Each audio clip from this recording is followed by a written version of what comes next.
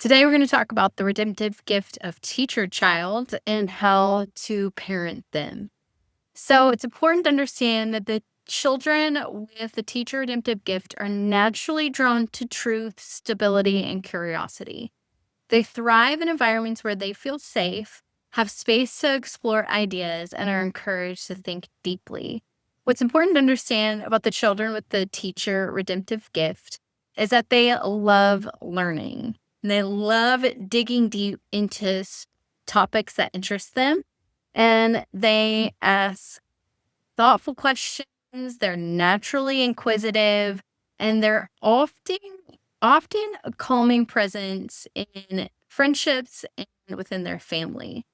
There can be a bit of a rub here because they are so loyal and steady and dependable, but their natural inquisitive nature can cause some friction between other people with the redemptive gifts.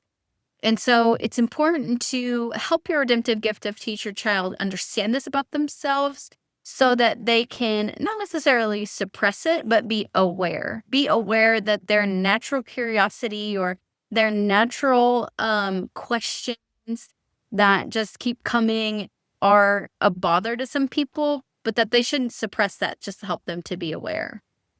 So it's important that the environment that you have your redemptive gift of teacher child in is a place that they feel safe and can think deeply about things. Even if you, as the parent, don't really understand where they're coming from or don't really understand these deep, thought provoking conversations that they want to have. And it's important for you as the parent to express that, to be authentic, to say, you know what, I have no idea, but we could look here, or we could ask this person, or we could research it here.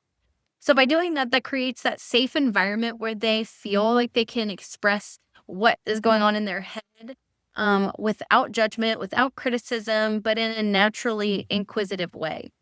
So there are a couple of struggles with the redemptive gift that we can see is that they have a tendency to procrastinate and will struggle to move forward without all the facts. So, redemptive gifts of teachers, they love to know everything before they make a move. They want to know if I make this choice, how many different scenarios could happen from that choice? Or I need to know all the information about this scenario before I do anything about it because they love to learn. They love input. They will put in, put in. But it is the moving forward part that they really struggle with. So this is a really important area of growth for the redemptive gift of teacher child, especially in the early years when they're learning about themselves and their design and how God created them, that it is important to, at some point, when, even if you don't have all the information, to start moving forward, because this would be a really big area of struggle when they get older and they have families and jobs and other things. People, there's so much more information when they're older. If they've been taught and trained and developed within their design to, okay, yes, there is still more information to learn. You've learned a lot of information. Now it's time to make the best possible choice with the information that you have, even if you start to learn more information and that changes things a little bit. I think that if we could develop redemptive gift of teacher children now to kind of put on the gas pedal whenever they're uncertain or they want more information, that would really help them in the long run within the redemptive gift design so that they don't get stuck. Because a lot of times redemptive gifted teachers get stuck. Because they just want more information.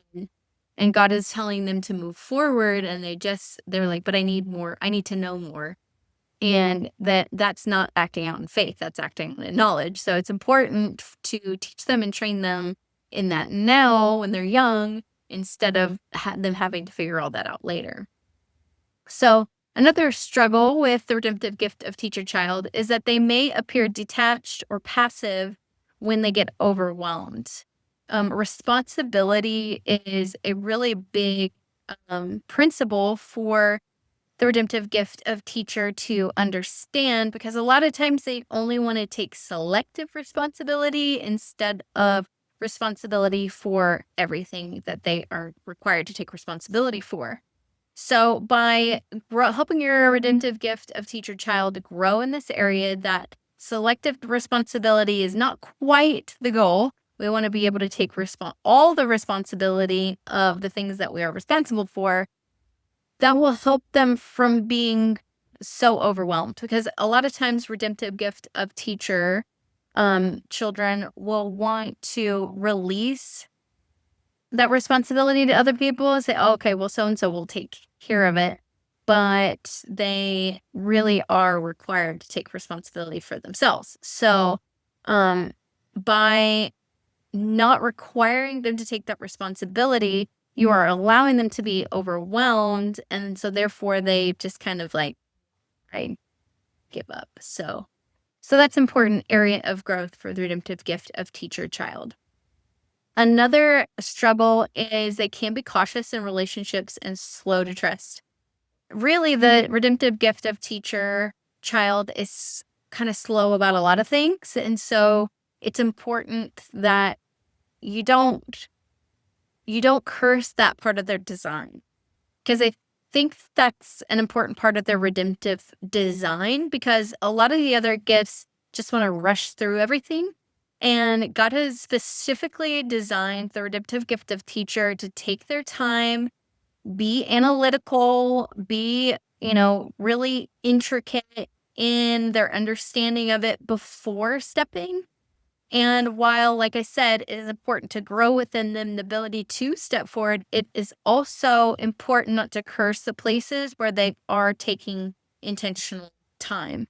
And that might be okay in relationships or in trusting someone. But if you can work with them now about that to be able to identify those places where they're lacking trust or they're operating out of fear, then that would really help them to be able to language it, to be able to identify it, and then not be frustrated or curse their design because they're not like everybody else. Because that's the reality. The redemptive gift of teacher is not like everybody else. They are definitely more interested in facts, analytical nature, and that kind of thing, and really the law. And that's not necessarily a bad thing. It just causes them to be a little slower to react, a little slower to trust, a little slower to grow. So I think that's an important area of growth for the redemptive gift of teacher children, is to give them the language for that. And again, don't curse their design. They also have a tendency to be hesitant to share their thoughts out loud. Their brain is running a mile a minute, and they're having all of these deep thoughts and thought-provoking questions that they're kind of wrestling with. And so they might be hesitant to share that with others who might not understand or might curse their design. And so it's important to kind of pull it out of them. If you're not sure, let's say you ask a question, how was your day today? And they are like, it was fine. Well, that is important to move, especially with the redemptive gift of teacher, to move to a more open-ended question. So something like, did you struggle in, well, that would be a yes or no question. What was one area you struggled in at school today? So that's more of an open-ended question. They have to use more than just yes or no. This will help get them languaging more things, and then hopefully be able to share with you those places where they have been thinking deep things that, again, you may not know the answers to or may not know, but that is that is important to create that safe place for the redemptive gift of teacher child to be able to explore their ideas, explore those thought processes that may seem a little out there, and give them that space to engage with their thought process that way. So those are some of the common struggles. It's important to create, as a parent, As a parent of the redemptive gift of teacher child, it is important to, like I said, create that safe, stable environment because they do need consistency and they flourish when routines are steady, expectations are clear, and the home feels safe. Another thing that would help the redemptive gift teacher child is to encourage healthy curiosity. Their questions aren't defiance. And this is important for the parent of a redemptive gift of teacher child is that just because your child has questions does not mean that they are questioning your authority or they are trying to be rebellious. This is another area not to curse their design because they're seeking understanding. And so it's important to teach them that asking questions is a healthy way to grow in wisdom. Sometimes they do need to ask the right questions or ask them the right way, probably would be a better way.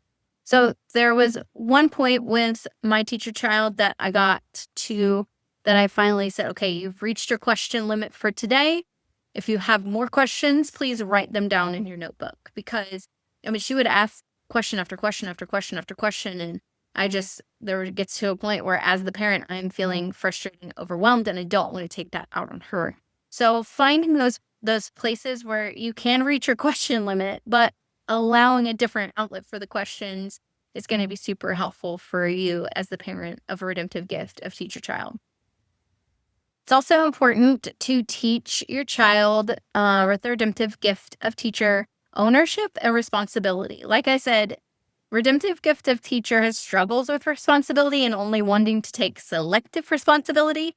And so by giving them the opportunity to take action without needing perfect conditions or all the answers now before they get into an adult stage is going to be super helpful for them as they're growing, as they're learning about themselves and their design and the way that God made them. Because if they can overcome the knee-jerk reaction to only take selective responsibility, then that will benefit them really well in the future.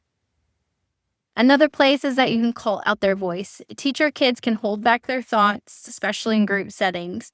So affirm their voice and help them practice sharing their ideas with confidence. Because a lot of times they'll have so much going on in their brains and they're not quite sure how to language it or express it. So if they feel comfortable at home to do that, then that's really good practice for when they grow up and when they have those places in their life where they need to operate in their design for God's redemptive purposes. So this information is from my Redemptive Gift of Parenting mini guides available on my website for $15. And those are just a few of the things from the Redemptive Gift of Parent Teacher. On the mini guide, there's also reflection questions or scriptures to pray over your child, a blessing for your child, and activities to do with your teacher child. So if you're interested in learning more about how to parent the redemptive gift of teacher child, you can check out my website at ashleytilford.com.